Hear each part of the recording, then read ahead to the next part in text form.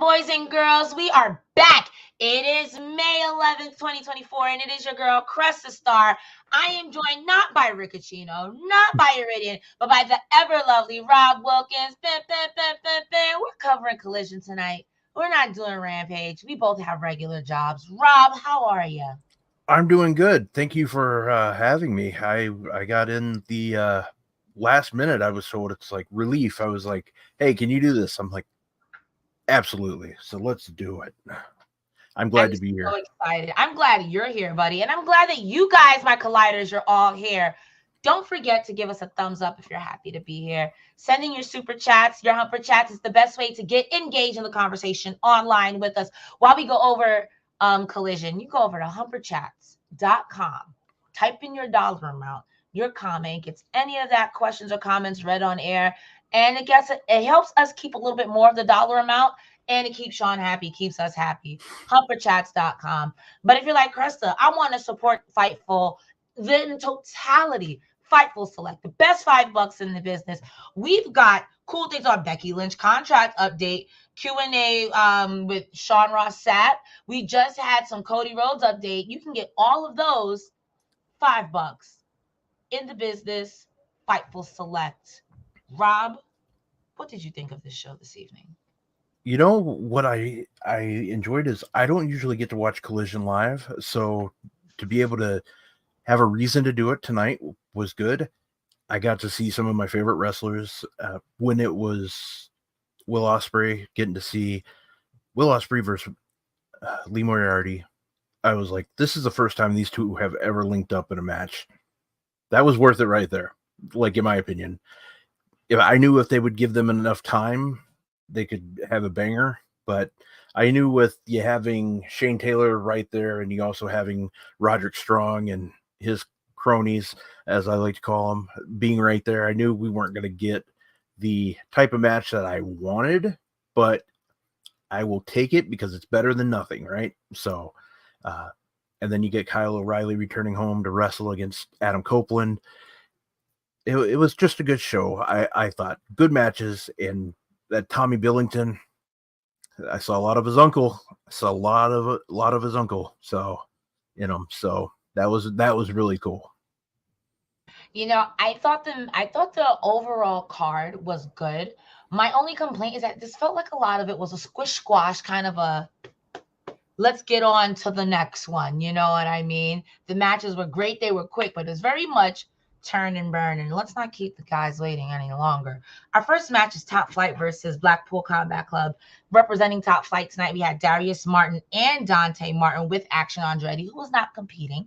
We also had, for the Blackpool Combat Club, Bryan Danielson and Claudio Castagnoli. This match got a lot more time than what I thought it would, and I have to give so much credit and respect to Top Flight. These young men, so talented. They put on every time they're given an opportunity.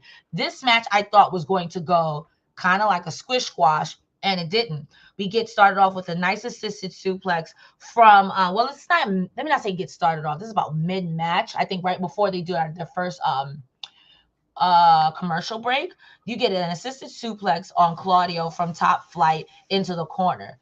Nigel McGuinness, this whole match, was saying, was Danielson even hurt? It's funny that you were injured at all. Will Ospreay injured you. Oh, my God. Yes. And now you've got time to come back for Anarchy and Arena. I think Nigel McGuinness was inspired by Kendrick Lamar this week to be back on his hate. And he's like, I could be hating harder. So this match, he chose to hate so hard on Danielson. There was a lot of stiff forearms from Dante Martin onto Claudio Castagnoli, which the both of these men, I will say Darius and Claudio, this was their match. These gentlemen were out here selling, and I was buying whatever they were selling. We get to the match, and I didn't get to see the end of the match because the last thing I saw was Darius goes diving outside onto Danielson to keep him out, but it looked like he hit his head, but it hit his forearm, but he's a really good seller, so I thought he was dazed and confused. I turned my head this way, I turned my head that way, and the Blackpool Combat Club won. Not to mention that Claudio Castagnoli hit Dante with the swing, and that move is so demoralizing. Before we get into the post-match, what did you think of the match, Rob? Do you have any notes? Yeah, the thing is anytime my boys from the 612 go at it, they're in the ring, I'm always rooting for them. I've been watching those guys since some of their first matches. I've been a big fan of them since their first wrestling days, and I always root for them. And I know that they are going to be. I am convinced they will be tag team champions sometime this year. I really am. I can't wait to see it. Going into this match, I knew that they weren't going to win because obviously going into Anarchy in the arena, plus you're going against Bryan Danielson and Claudio. They're not gonna let Danielson lose right now, or Claudio for that matter, in a tag match when you're trying to promote a big match coming up. So I knew what we were getting into, but I am glad that they gave him a lot of action. They made Top Flight look really good, and they made you believe that they could win. And that's what matters the most in these matches, because we know what we're going to get, but the person at home, that's the thing that matters. You have to let them believe, and that's exactly what happened. They look really good, and that's what you want in a match. And they made Top Flight look really good, and that made me happy. Like, I will be so serious. Top Flight, I agree with you, with them becoming tag champions by the end of this year. These are some of the guys that started off, I guess you would say, as their undercard, your enhancement talent. To see them now go forward to going against people like BCC regularly, people like FTR regularly, and not skipping a beat, not looking out of place, chain wrestling. These guys were so good. Like, it really did make you believe. Like you said, we know. Yeah, you weren't being no Ryan Danielson. You literally got to be an Osprey or an Okada to be Danielson at this point. But it's good that they're putting these guys in the conversation, that they're putting these guys into the mix. So I thoroughly enjoyed it. Post-match, Danielson, again, giving the children their flowers, saying, we did this, and this was done because Top Flight was across from us. So these men are so good. We want to give them their accolades. And I will say the theme of the night and the theme for the past couple of weeks that this is AEW, where the best come to wrestle. So it's like, y'all are really trying to bring that point home. So I believe it. If this is where the best come to wrestle, this is where the best come to wrestle, baby. He said, I'm doing Anarchy in the arena pretty much because I love this shit. He said, I came back beat up and on. It's kind of like the promo that Kenny gave me. He's like, listen, I may have a colonoscopy bag or diverticulitis bag, but I will come back to beat you up because I hate you that much. I will wrestle with a bag in my purse, okay? That's how much I hate you, dude. He said, plus the Bucks won't even show up to work. You guys beat up Tony Khan for what? And I like how they're turning Tony Khan into this sympathetic character, considering people were really cooking Tony Khan online. And now in kayfabe world, Tony Khan is like, damn, you ain't do nothing to deserve this. And you do the NFL draft with your Roderick neck held strong on thing going on. And he ended off with saying, I would come back and I would do it every time because I'm willing to protect AEW. And I thought that promo was so good. Rob, what did you think of Bryan's promo at the end? Oh, it was good. It made me buy in, of course, because on Dynamite, they didn't really have a chance to do anything because it was more shocking that, to me, it was more shocking that Kingston and Danielson were going to be on a team together, because it wasn't too long ago that Kingston was ready to burn Danielson alive, so it was just one of those things that they didn't even talk about it much, or they didn't talk at all. And it was just, that's how the show ended. And then we see, like, behind the scenes, we see that Danielson, for some reason, has Eddie Kingston give him chops in the ring, which tells you right there that he's nuts. I mean, if you're going to have Eddie Kingston chop you voluntarily, good God. But okay. So the promo was great. And like you said, when they started it off, Danielson giving the Top Flight kudos, I was like Mama Clump, just all happy as I could be. So I'm just a mark for those guys, and I'm happy for them, and I just liked how it's going, and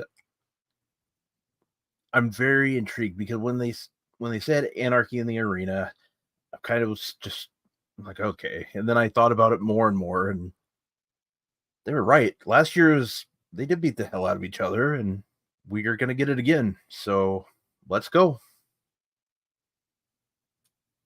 And I do love a good anarchy in arena. And guys, if you've watched this channel, you know that I am weak in the stomach.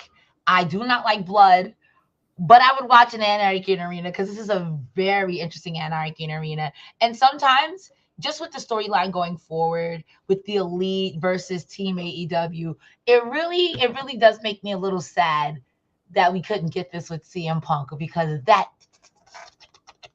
is so, man, that would have been so good. But you know what else is good? Let's get us started off with our first super chat from Twin Van Blade. Van Twin Blade, I'm dyslexic. Thank you for saying Dalton Castle and Coco Lane idea as the Birdcage. And followed up by another $2 managed by Pollo Del Mar, who I love, by the way, one of my favorite wrestling managers. My only 2 cents on that, you got to add Brian Cage. If you're going to have that, has to be a trios, because now you got the Bird with the Cage, and now you got Brian Cage, managed by Pollo Del Mar. That would be amazing, like in just different ways, because just to see the reaction that we would get from Brian Cage, I think just putting those guys together would just be something. Like it would be, because it's just something I would never expect. Dalton Castle with Brian Cage is literally, that is peak odd couple. That's like, who is someone very serious with Danhausen? Like the most serious person you can think of with Danhausen. I mean, like Claudio with Danhausen, in my opinion, or something like that. Yes, Claudio with Danhausen. And the whole time Dan and Claudio's like, be serious. And Claudio's like, and Dan's like, maintain. Yeah, exactly. I mean, you hit it right on the head there. And I would actually die for that. I mean, that's the thing. Like Danhausen, I miss the guy. I really do. There's so many different things that he can do. And I've said this a lot. People like comedy. They don't like it overbearing, but like just like here and there, you could do plenty of things with him and people would just love it. I mean, just little things here and there. And it's also not bad that he's a great wrestler. It's the fact that if you're a good wrestler and you do comedy, I think of very specifically Stone Cold Steve Austin doing his general manager shtick. And you knew at the end, no matter what, somebody was getting stunned, whether it was Byron Saxton, it could have been your mom, it could have been Linda McMahon. It was my mom one night, yeah. It really was my mom one night. Yeah, Target Center. Yeah, it happened. I couldn't believe it. Yeah. So you know what I mean? Like it's so stupid because he was out there with him and Kurt Angle with the little hat, like what? Yeah. But they were good wrestlers. So there is an air to true, like if the wrestling is good and the comedy is it can be borderline funny and I'd still laugh. Yeah. So our next match, which Rob was just talking about, is Will Ospreay versus Lee Moriarty as Shane Taylor in his corner. And Roderick Strong is on commentary with Matt Taven and Mike Bennett. Let me tell you something. This is the perfect heel staple because I want to punch all three of these men in their face. They have they have punchable faces. All three of them, they knew what they were doing when they put all three, and they were so obnoxious on commentary. Like it was exactly what it needed to be, but almost to the point where like I couldn't even pay attention to the match. I was like, yo, shut up, Rod. Yo, he did what he did. They achieved their goal. There's a big crossbody to Lee Moriarty on the outside from Ospreay from a dive. Roddy is OD annoying on commentary. Yeah. It was so good. It's good. It's good annoyance. It's like it's good heel work. As a viewer, as a fan, oh, you're under my skin, Roderick Strong. I hate you. As a fan of the sport, here's some good heel work because I hate you. This is some good heel work. You are under my skin. I hate you so much. Good you ate that. No crumbs. 10 out of 10. No notes. The Oz Cutter gets countered into a Border City stretch from Lee Moriarty, which I gotta say, Lee Moriarty deserves more flowers than what he's getting. And they were putting over on commentary how much Lee has improved in the ring and how he can step with 10 out of 10 with everyone.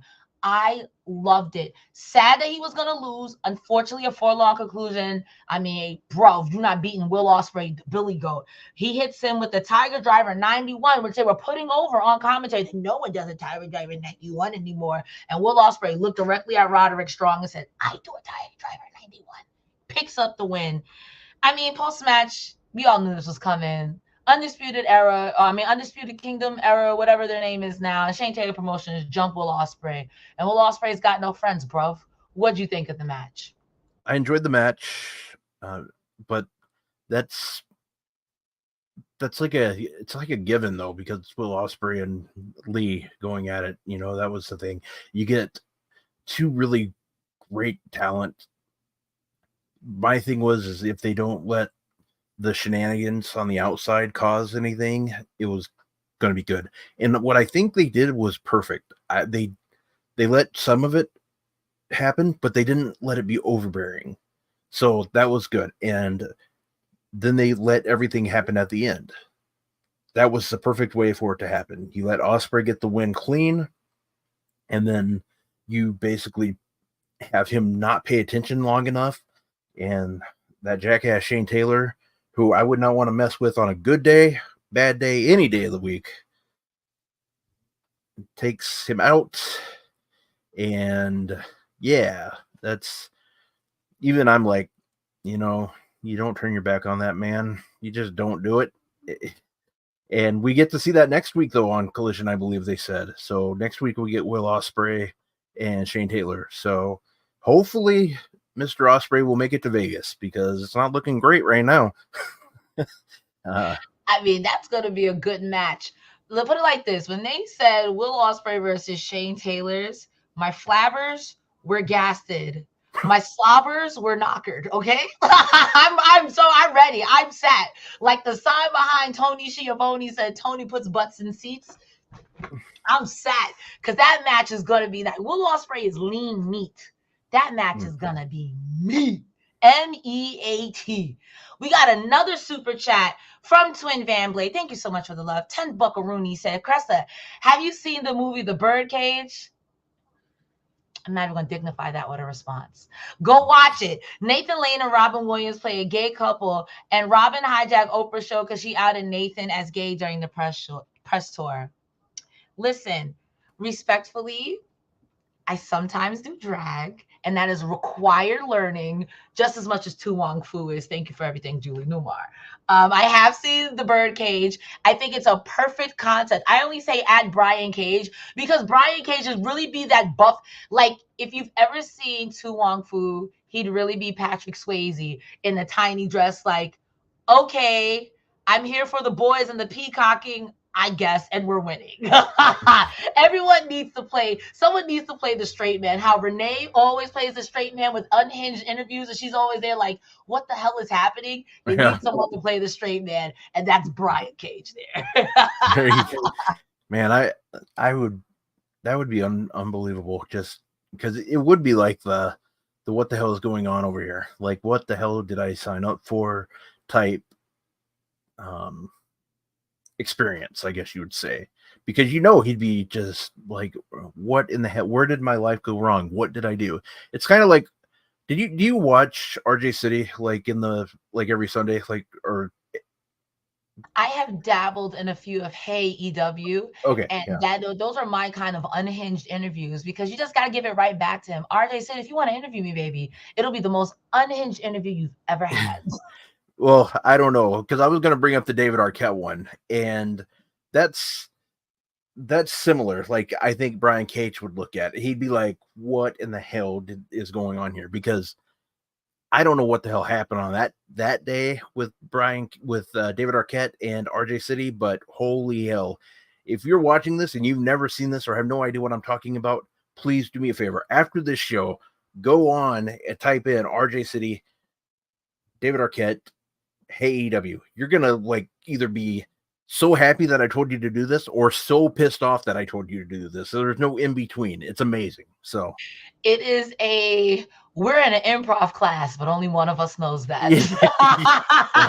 Yeah. Exactly.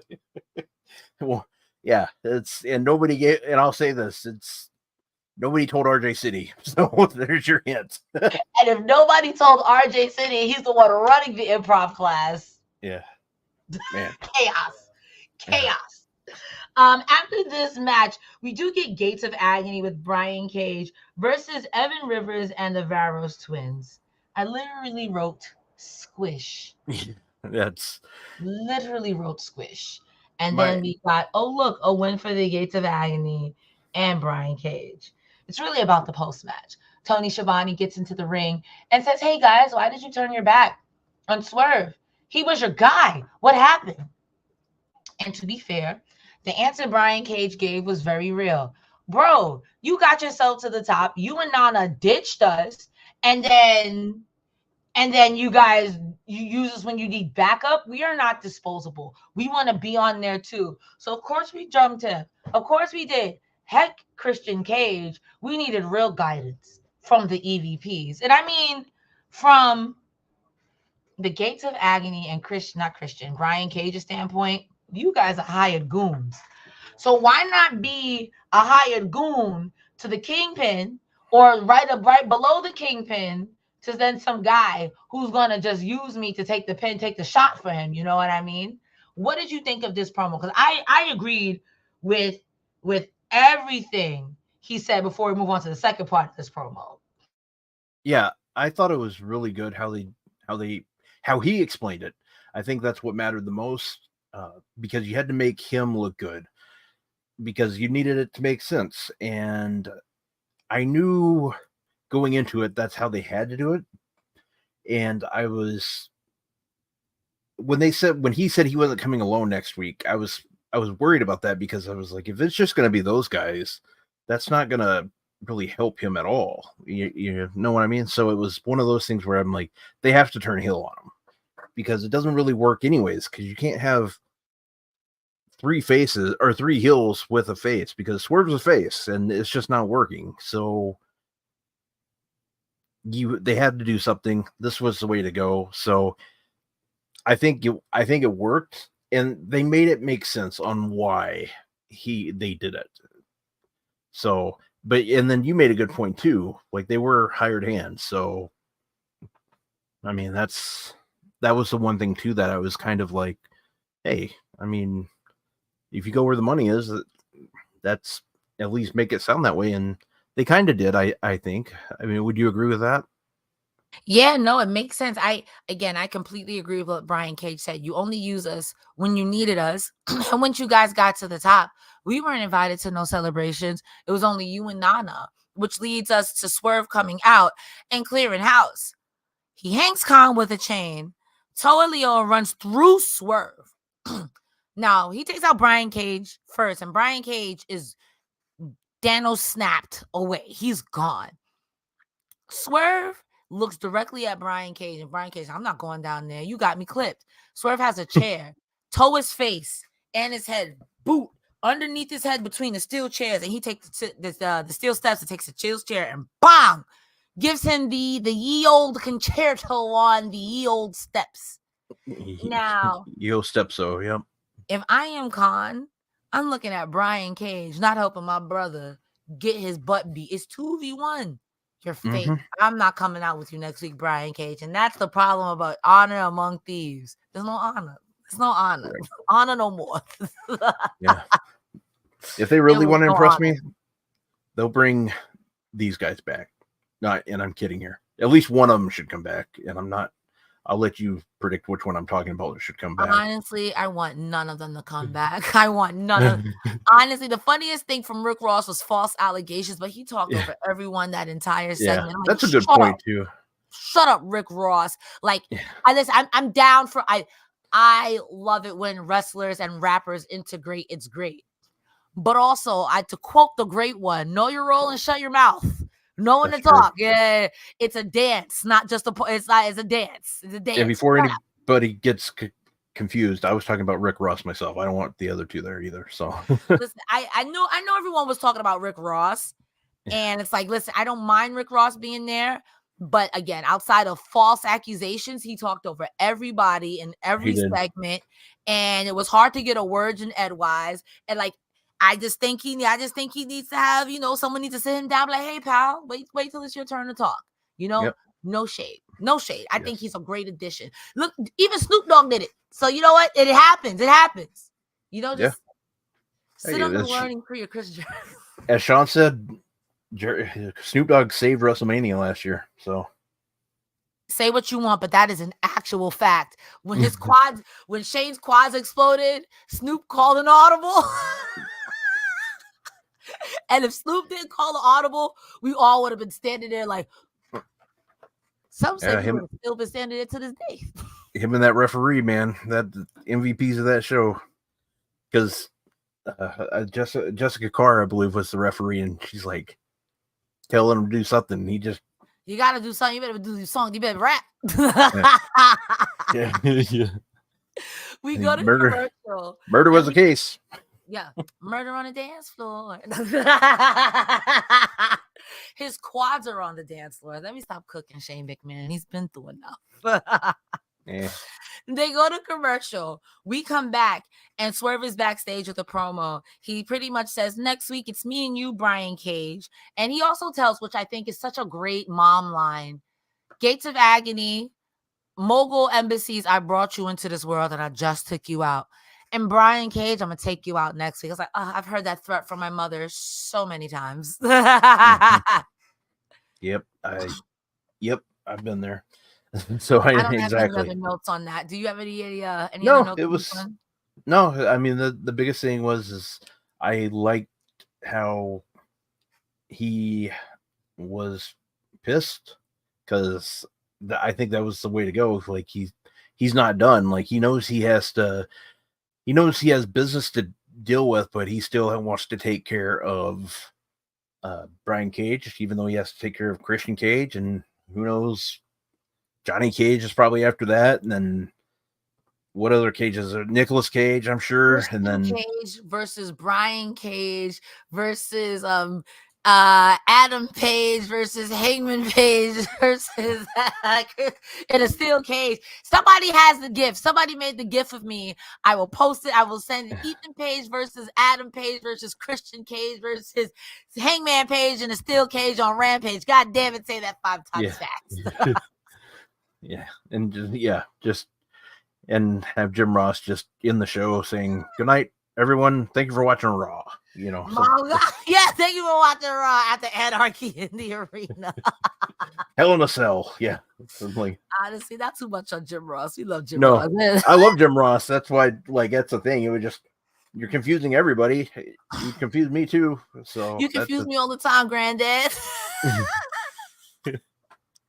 After that, we go straight into Daniel Garcia versus KM. That's how they introduced him. But for the first 5 minutes of this match, they just kept saying Kevin Matthews. So I'm like, I hope you don't get copyright struck for that, sir. I don't know if someone owns that or if you were trying to not expose the business, but commentary did you no favors.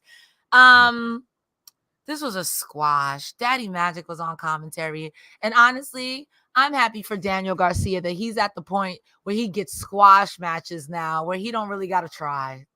Well, I don't know if you saw it, but somebody tried to, I guess, attack him. I didn't catch it right away, but people in the chat said it too. So I was, maybe somebody else can say what happened, because I was covering it for Fightful, so I didn't get to read everything else that happened. So, but I know from what I understand, people said that he somebody attempted to attack him, and he even made a comment that, he made a comment regarding Drake just a few minutes ago, like Drake's people or something like that. I don't know. Somebody can probably do a lot. Daniel Garcia?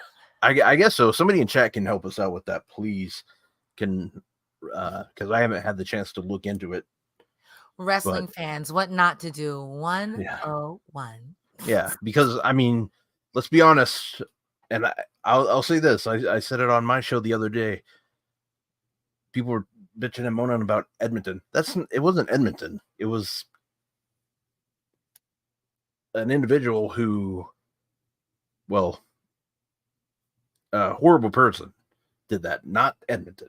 You know, that's the thing. Whoever did this, it's not Vancouver. It's whatever idiot. So, because I said it the other day, I was at that show in Minneapolis when the day the Vince McMahon allegations came out, and people were going like this. This jackass was not doing that to Vince McMahon. So, you know, that's the thing. It's people are nuts. Crazy. I mean, like, listen, I get it. A fan jumped in the ring after the match. Listen, I get it. It can be exhilarating to go to shows and want to be a part of the match and want to be a part of the action. There's a path for that. You know, WWE has next in line. There are indie shows that you can go and try out. There's gymnastics. You can send in videos and tapes to your favorite or local indie promotion. There are things you can do to become a professional wrestler. What not to do is get drunk, tell your friends, watch, bro, and then go jump in the ring. Because what do you think is going to happen? They're going to be like, wow, you're so cool. You think they're going to sign you?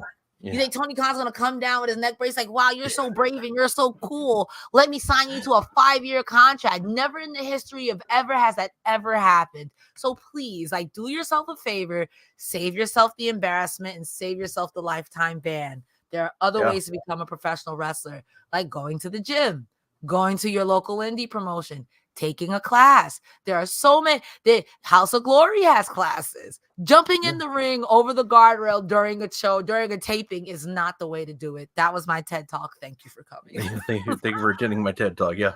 Sign up for my master class next. So yeah. Master class, how not to get punched in the face by Cresta Star. It's one lesson. Don't be an asshole. After that, we did get Dax Harwood versus Tommy Billington, who is the real life cousin of Dynamite Kid, of Dynamite Kid, and has taken up the moniker. Now, I'd never seen this man wrestle, didn't know him from a can of paint. And I will not lie, the beginning of this match, to me was boring. And I felt like the crowd felt the same way because it was a library. I guess whatever happened during picture-in-picture, changed everything. Because when they came back from picture-in-picture, the crowd was turned up. I was fired up. They were chopping each other. Dynamite's kid's chest looked like raw hamburger meat. This was great. What a good match.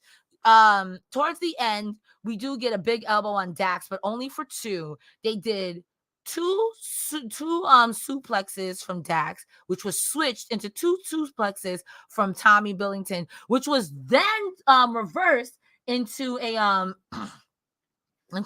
forearm, if I'm not mistaken.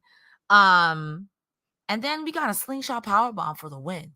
My only complaint was that the finisher was kind of anticlimactic. However, I will say the beginning of that match also was anticlimactic. So it made sense if it was a sandwich. But the match itself was good. I'm glad that they gave this man his flowers and they cheered him afterwards, because the match itself was superb. And maybe it was the camera angles. Maybe I was missing something. Maybe I had to be there. What did you think of this match, Rob? I enjoyed it. You know, like I really did. I think part of it is because I grew up watching those guys. I grew up being a tape trader, so I watched a lot of the British Bulldogs and watched a lot of Calgary Stampede, so I knew who his uncle was. Davey Boy was one of my favorite wrestlers in Dynamite Kid. I had the old Coliseum video, the best of the British Bulldogs, so it was pretty cool for me to see this.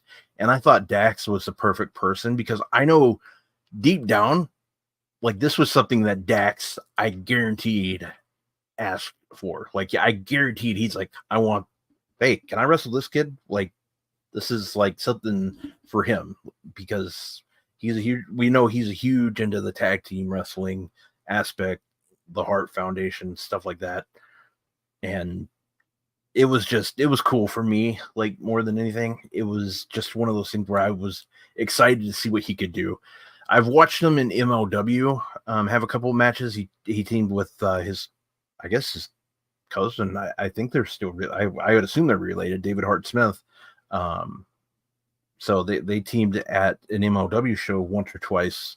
So I watched him a couple times before, And I know he's done a lot of indie work in Canada, but I haven't been able to watch it. But I know from what I saw before and going into this match, I knew they were going to have a killer match. Plus, the other thing is, if you can't have a good match with Dax, the issue is you. And I knew that he would be fine.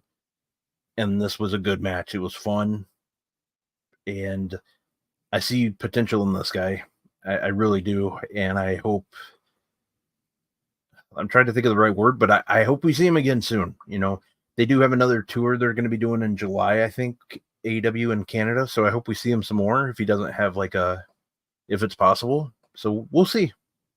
But I enjoyed the match. I know what you said. It did kind of start quiet, but it did pick up. You're right. And by the end of it, I was like, damn, you know, they were selling me a bill of goods where I could actually see this happen in a way, but again, it came down to, hey, this guy's going to be in your biggest match. You can't have him go down and lose to this unknown per se, you know. So it was a fun match. I enjoyed it.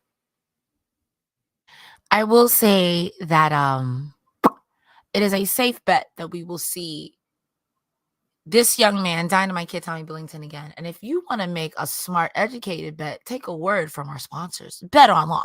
Hey guys, I'm here to tell you about betonline.ag, the official betting partner of Fightful. It's not just an online platform. They've been trusted for over 25 years. They boast a focus on the player approach and have built their reputation on offering their clients nothing but the best. From cutting-edge technology to enticing promotions and the latest sports betting odds. Whether it be wrestling, MMA, boxing, or football, baseball, basketball, or racing, anything you can think of. All major sporting events are covered by betonline.ag. Fast payouts, highest credit card acceptance industry-wide, safe and secure online environments, and their live betting feature allows you to bet on your favorites weekly and easily and in real time. betonline.ag. That's where we're going at Fightful. That's where we suggest you go as well. That's where we get all of our odds at. betonline.ag. Only bet what you can, and please bet responsibly.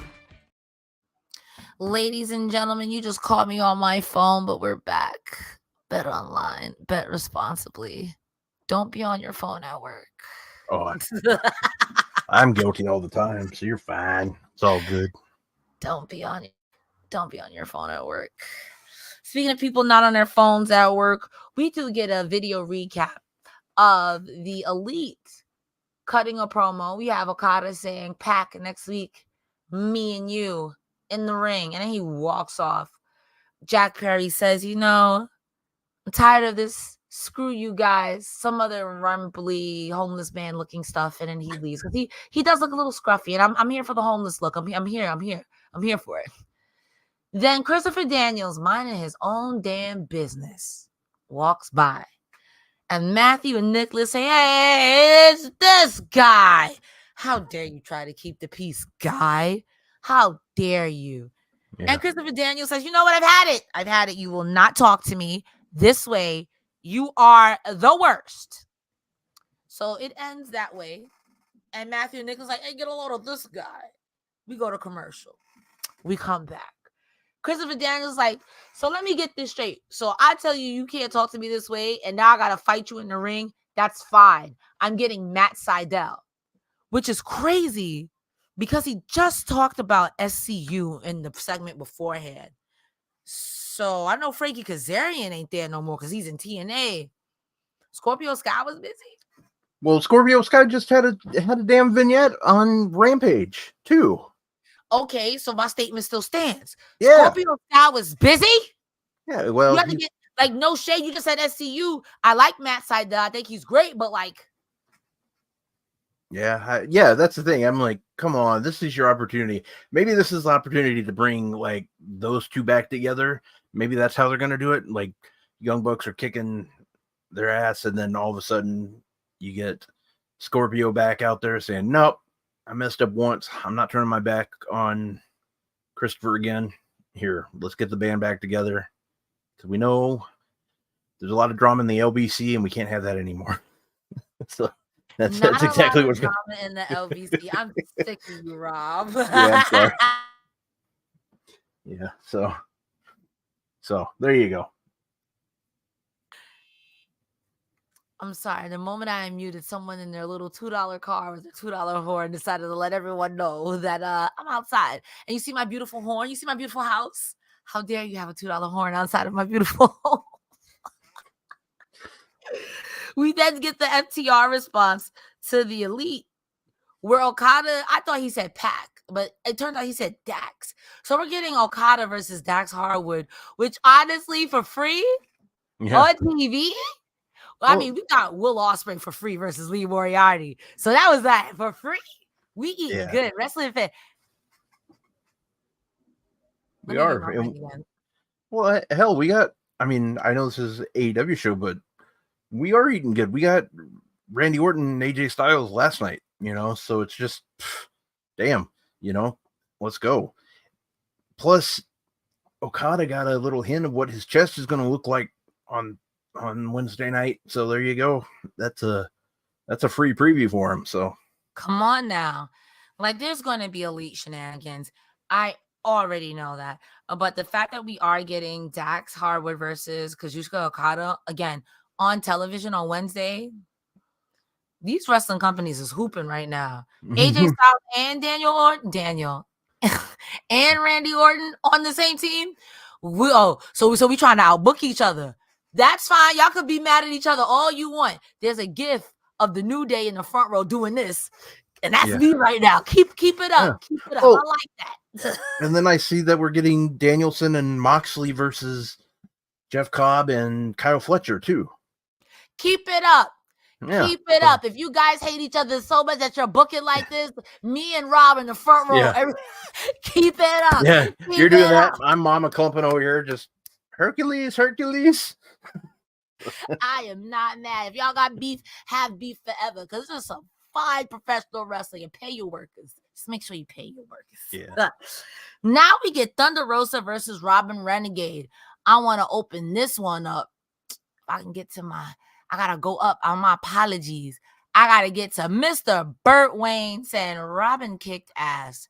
And I got to say, commentary put over that this is Robin Renegade's third year in AEW. Her first match, I believe they said, was against Thunder Rosa. And honestly, the improvement. Robin Renegade looked phenomenal here.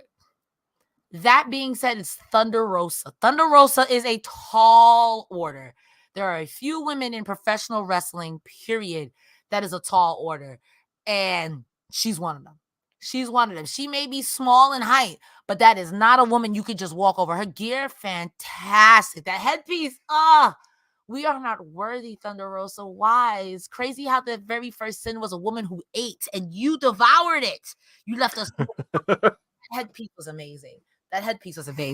This match was really good. I am very happy for Robin Renegade.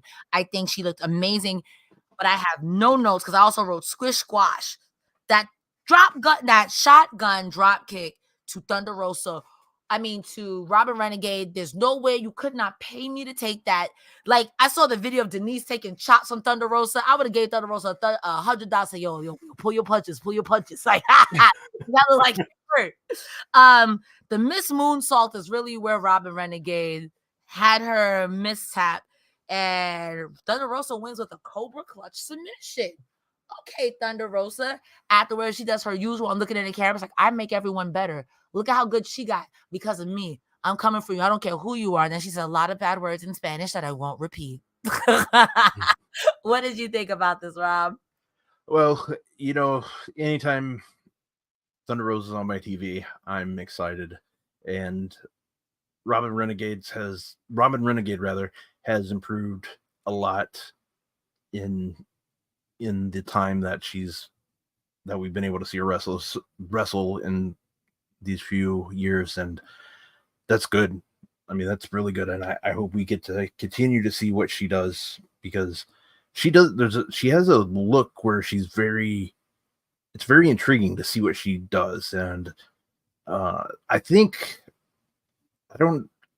she doesn't really necessarily remind me of anybody, and that's a good thing because she's her own person. And so I want to see what else they can do with her.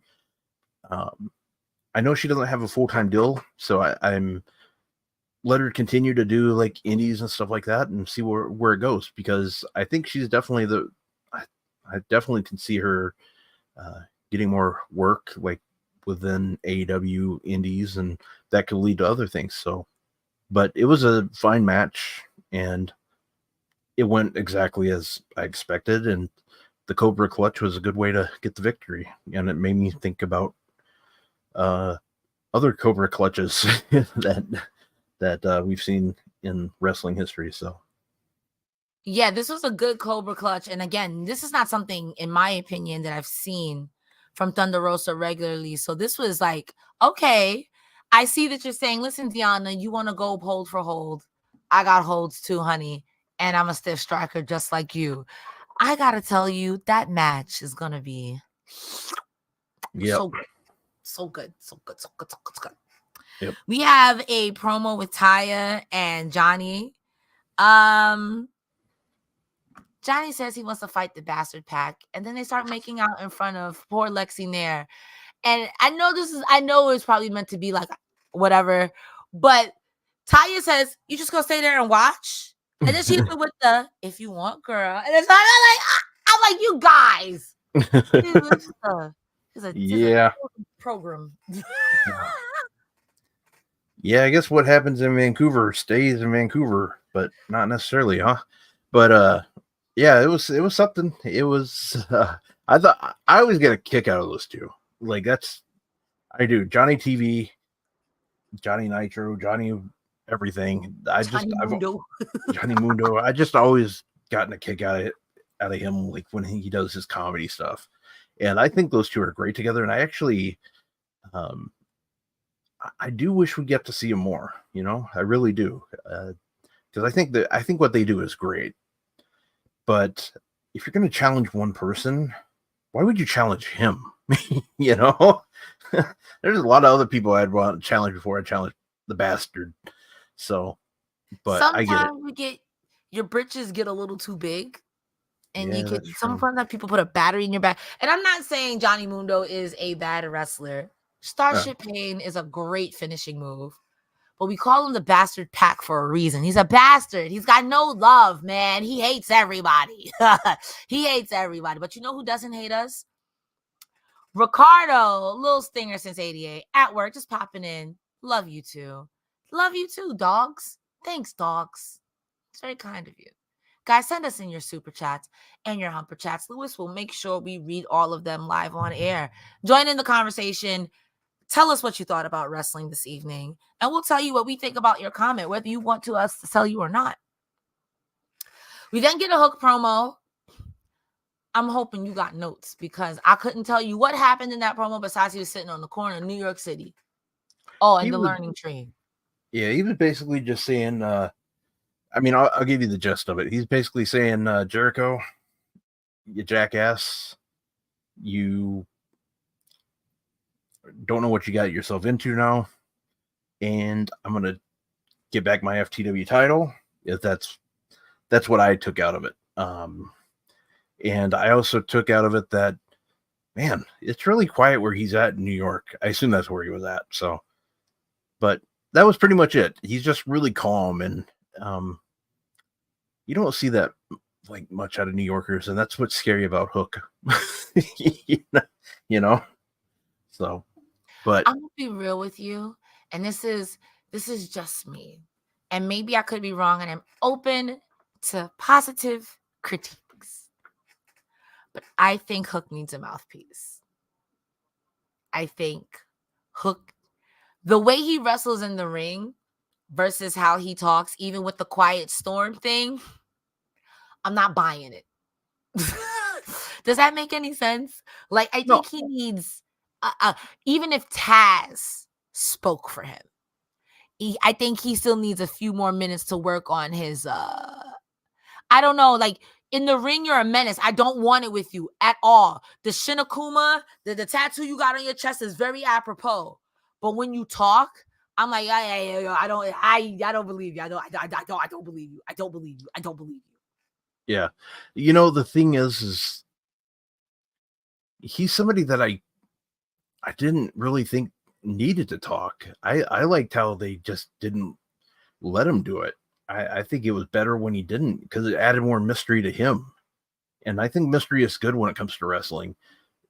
And if you were to do something now, I don't know who they'd go with, because I mean, Taz would obviously be probably be the best option. And don't get me wrong, Taz can talk. I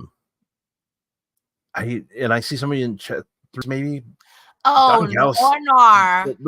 Well, that's the thing. Don Callis, he can talk, but the problem is he has that, what I call turn the channel heat, because he does his job so damn well.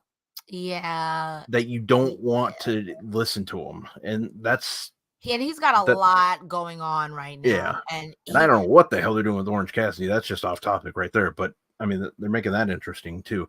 But Hook, I think the best thing now for him to do is just beat the holy hell out of Chris Jericho and Big Bill. But I know they're not going to do that. They're not going to let him beat the hell out of Big Bill. So I just don't know where they're going with this. But I am intrigued. And there was a part of me that really was wondering, are they trying to like do something with Taz? Like, part of me just kind of wondered if he just had like this one last match type idea. Like, and I'm not saying that's the case. That's what I was wondering. Like, what are they getting him back in the ring for? But he never really did anything physical. So that went out the window really, really quick with me. But I'm very, very curious to see what they do with this, because I think we're obviously getting Hook versus Jericho at Double or Nothing. And it wouldn't surprise me if this actually turns into a tag match of somewhat. I'm not saying it's going to be Ricky Starks and Hook versus Big Bill and Jericho, because I don't know what's going on with Ricky Starks at all, but I just don't see that happening either. But they got to do something. And it's obviously going to happen at Double or Nothing. Where it adds into it, or who gets added into it, is very intriguing. So it's all I know, and this is a long way of saying it, is Hook's going to beat that ass. That's it. That's what's going to happen.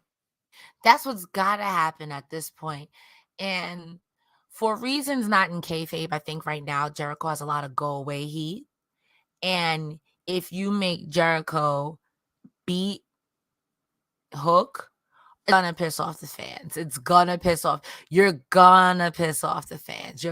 There's no nice way to say that. You're going to piss off the fans. So I don't know. We'll see how that goes. To me, the only outcome is that either you screw him with Big Bill, or you have Hook beat them both clean. I think that's the right call, but we'll see. Ladies and gentlemen, we are heading down the home stretch. We are at our last match. So get your super chats in. Head over to humperchats.com. Leave a thumbs up on the channel. Don't forget to subscribe to Fightful Select, the best $5 in the business. Like I said, there's Becky Lynch contract updates in there. We got Cody Rhodes updates in there. Sean Ross Sapp Q&A. $5, Fightful Select. As we get into the Cope Open in Kyle O'Reilly's hometown of in Canada, Toronto? No, they're in Vancouver. Vancouver, hey, home of the Vancouver Canucks. I think that's what they're called. Yep. I am not a sports fan, so I apologize to those I may or may not have offended.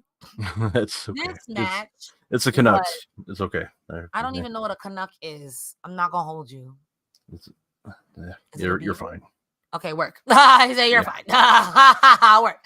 Ladies and gentlemen, this match was Catch Me If You Can Wrestling. This was submission, and I hate to agree with Nigel McGuinness, but Adam Copeland survived this match, in my opinion. Kyle O'Reilly, every time Adam Copeland tried to do anything, Kyle O'Reilly literally called him with, oh, that's a stretching. Oh, that's a stretching. Oh. This man's arm at one point, I'm like, the human arm should not be all the way back here. Kyle O'Reilly literally had Adam Copeland out here looking like Bendy Wendy. Like, it was bad. There was one time, and towards the end, Adam Copeland hits Kyle O'Reilly with a spear, and Kyle O'Reilly catches his neck and hits him with a deep guillotine. I'm like, yo, you gonna break that man's neck, and you know his neck is just stop. This match was so good. There's please watch this match. There were so many submissions in this match that I couldn't. There was an arm bar in the middle of the match that Adam Copeland literally had to roll over to try to get this man to release for Kyle O'Reilly to just end up kind of turning it almost into a triangle choke. This man says, I got a hold for everything. Perry Saturn was looking at him with a single spear. Like, that's my boy. Like, it was so good. In this match, if you are a submission fanatic, if you are someone who likes technical wrestling, boy, oh boy, have I got a match for you. But it was a one-sided because Adam Copeland, he did what he was supposed to do. But Kyle O'Reilly literally was like, oh, you missed. That's a stretching. Oh, yeah, that's a stretching. Gotcha. Oh, that's a stretching. What did you think, Rob, of this match?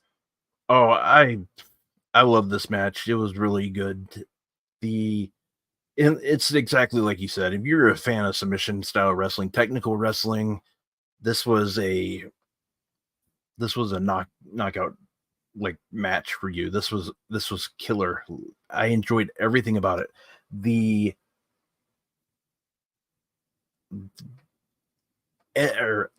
Adam Copeland, I can't help but call him Edge. Adam Copeland and Kyle O'Reilly going into this, I knew they wanted to put on a banger. I automatically was going to root for Adam Copeland once I saw the Calgary Hitman on his pants, on his tights rather. So I was like, well, if you have Bret the Hitman Hart stuff related to you on, you automatically win in my book. So that's all that mattered. So the match was good. My thing was I wanted them to make Kyle O'Reilly look good. Like that was the biggest thing. And they succeeded. They succeeded really well with that. He was a star. The crowd was behind him. The crowd wanted him to win, even though that Copeland is the mega face. They were booing the crap out of Adam, and that was crazy. I mean, that's the thing about the home crowd thing. You know, they're always going to root for their guy. Like that was the same with. That's the way it should be. Like the hometown crowd guy should always be like favored, like always should have the crowd behind them. They do it well in AEW. WWE's finally started doing it now since somebody left. Man. Yeah, and I mean we got to see it a little bit with Chad Gable a few months ago, and you know they bring it up now that so and so's from here, and we get to see that. So that's a good thing, and it adds more emotion into the match, and you start kind of rooting for that person, even if you not necessarily wanted him to win. Like, I mean, deep down, I knew that he wasn't going to win, but I would have been okay with it. I mean, yeah, in that moment, I would have been like, that kind of sucks for you. You just got it, but come on, Kyle O'Reilly, yay! Yeah, you know, yeah, exactly. And I mean, this is a guy that who's gone through a lot of hell in the past couple of years, and this was the first time that he's gotten to wrestle at home in Vancouver since 2019. The last time he wrestled there was in an NXT house show. He teamed with with Roderick Strong, I believe, or no, Bobby Fish, of course, Bobby Fish, the guy that founded Vancouver, by the way. He sailed the ocean blue with Christopher Columbus. Yeah, well, he's actually the one that showed Lewis and Clark where to go. Like he's like, yeah, just keep going this way. He actually was like, "Hey, Vikings, if you go over there, there's actually got a goal." Yeah. Oh god, these jokes always are great. But I love that's Bobby the thing. Fish, but he's a I do too. I do too. I love it. Yeah. See, where's the lie? Exactly. But yeah, it was good, and the match went exactly as I figured it would. I think we all figured it would go that way. It was killer. They made Kyle look good. He wore those Vancouver Canuck colors, which is unfortunate because I'm a hockey fan. I don't care for that team. Anyways, good match. Afterwards, it kind of got weird. We saw like blood kind of like pop out of Copeland. I didn't really get that. And then while we were doing our show, it turns out that we were getting a barbed wire steel cage match at Double or Nothing between Malachi Black and Copeland. Me don't want to see that. Yikes. Listen, somebody hear my cry. If you're rich, send all of Fightful to Double or Nothing, especially Cresta Star. Listen, if you want to pay for me, Rob, especially me and Kate and Denise, we deserve it. The young ladies deserve it. Send us to Double or Nothing, okay? But until then, all I got is I don't want to see that. That's going to be a lot of blood. I'm soft, and this is going to be me the whole time. Because listen, we stand. This is a House of Black where we honor the House of Black in here. But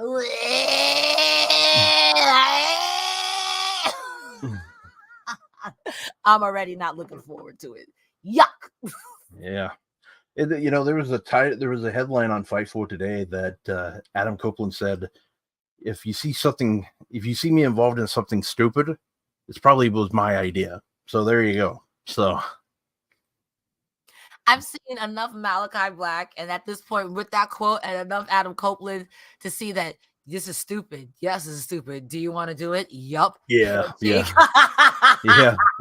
That's one thing about wrestlers that I love is like, this is a really bad idea. It is. We should do it. Yeah. Yep. Yeah. That's. There's only one wrestler that I've heard nothing but good things about where people are like, yo, that's impossible. And the wrestler is Speedball Mike Bailey.